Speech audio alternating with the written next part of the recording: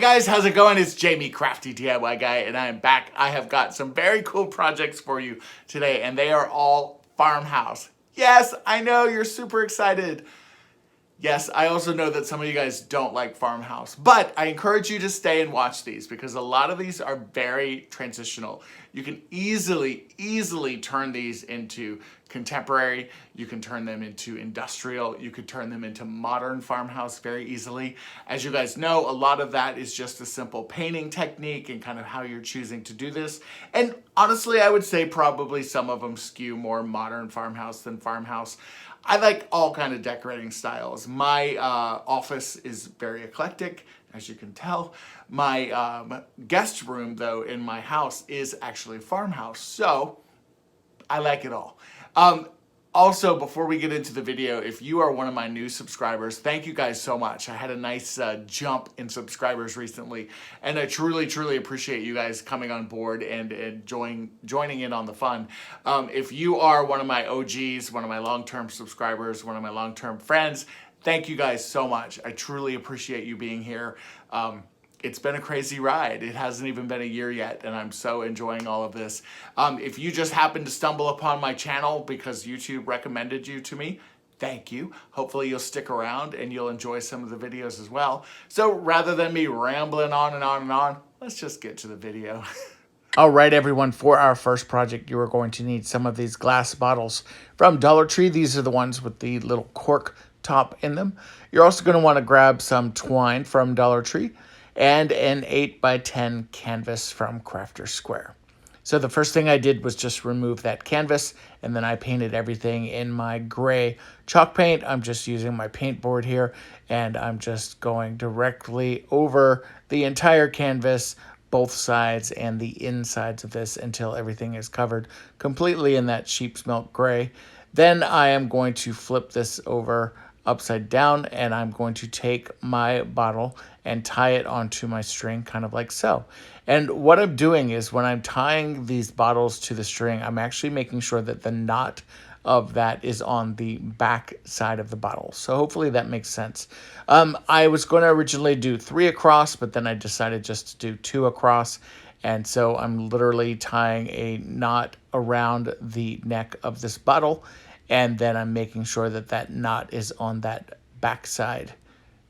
Once my bottles were spaced out properly, I just went ahead and made sure that that knot was extra tight, and then I took my string and just overlapped it onto the frame, stapled it down so it would stay into place, and then also just tied my twine off. And then I repeated this going down on the frame itself. I did this with 2 bottles tied to the top, 1 bottle in the middle, and then another 2 bottles on the bottom part. I then picked up my bag of Dollar Tree rocks and just found the smallest rocks that were in each one of those that would fit inside of each of my glass bottles. And then I went outside to my garden and picked some of my marigolds. I love the way that this looks. I think it's super sweet. It brings the outdoors indoors, and it's a great use of those small Dollar Tree glass bottles. And for our next project, you are going to need one of these oval galvanized containers or metal container from Dollar Tree. I picked up a snorkel the last time I went to Walmart. I was not able to find any snorkels at my Dollar Tree.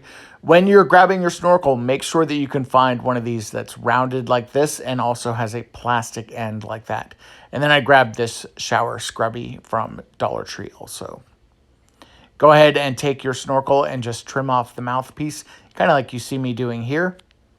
Then you can go ahead and take your shower scrubby and also trim this up. What I'm going to do is the handle here at the top, I'm just going to trim that with some scissors. It's actually really soft plastic, so it's actually rubber, I think, and it just trims off super easy. And the idea is to make it fit snugly within the snorkel, kind of like so.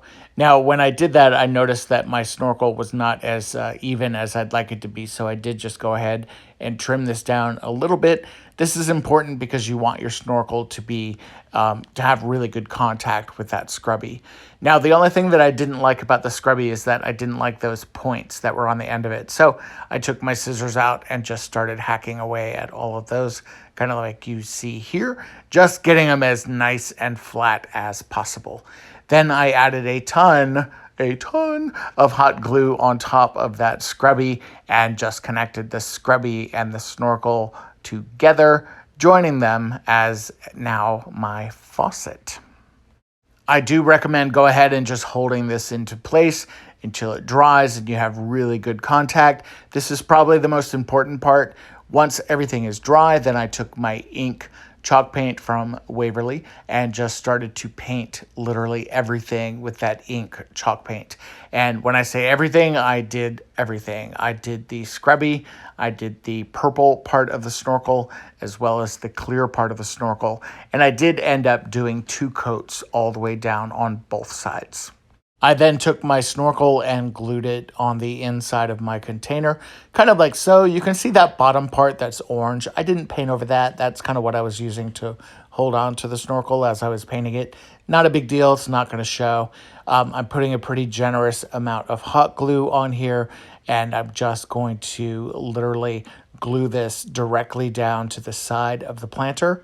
And then once I finished with a lot of glue, as you can see, I added more glue to the bottom of the snorkel piece just to, again, make sure that this was going to hold. This is not going to go anywhere.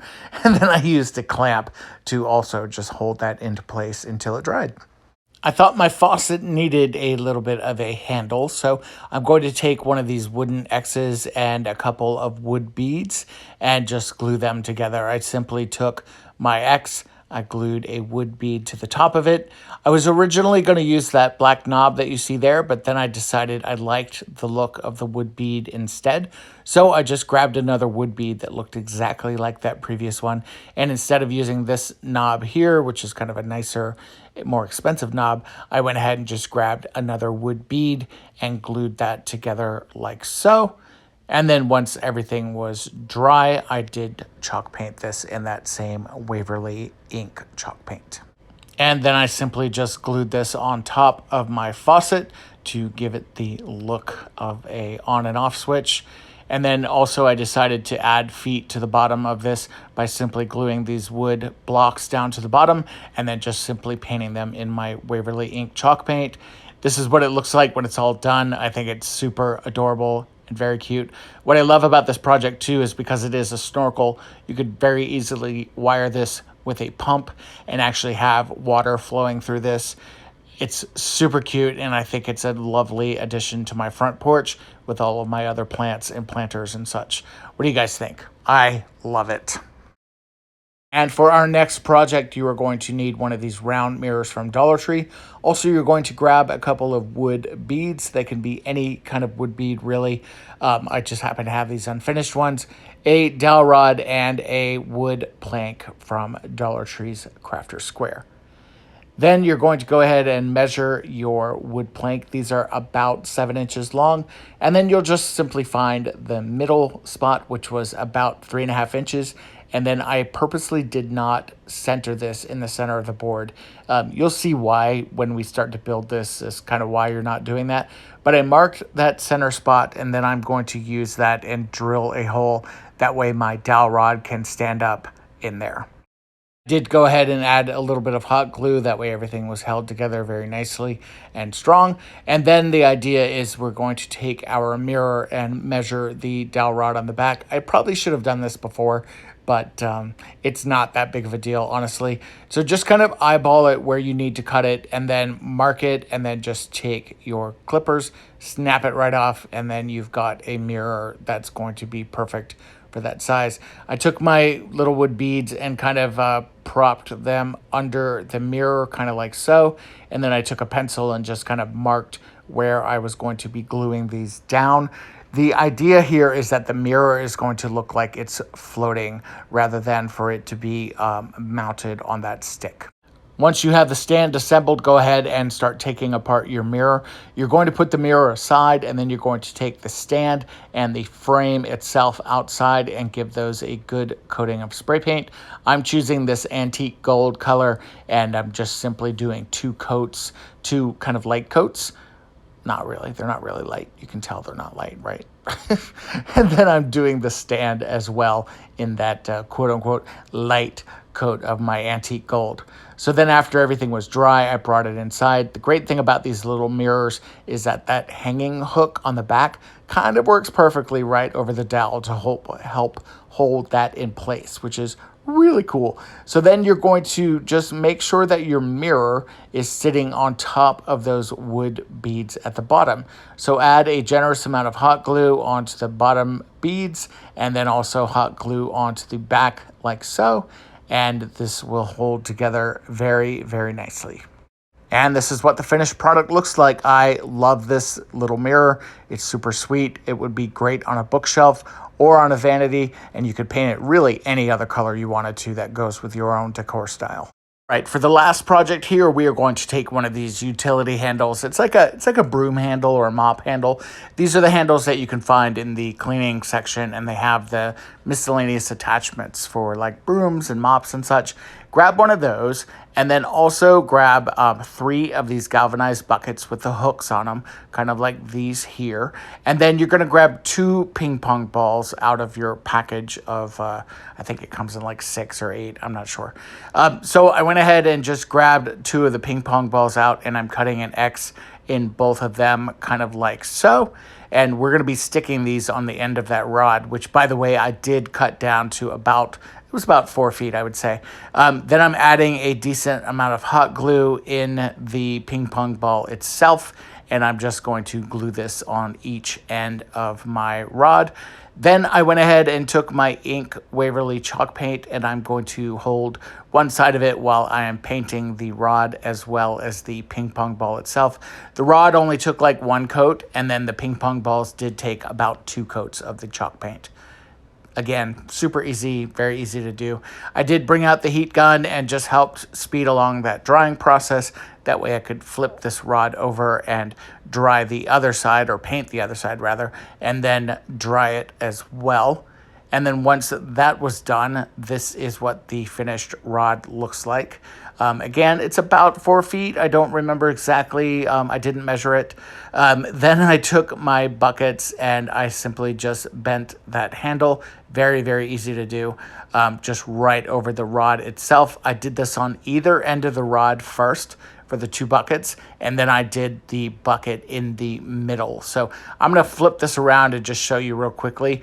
It literally bends with no force at all, and super, super easy to do. And then I hung it on the wall, and this is what it looks like. Super cute. Now, you could fill these buckets up with really anything you want. This is going actually in my guest bedroom.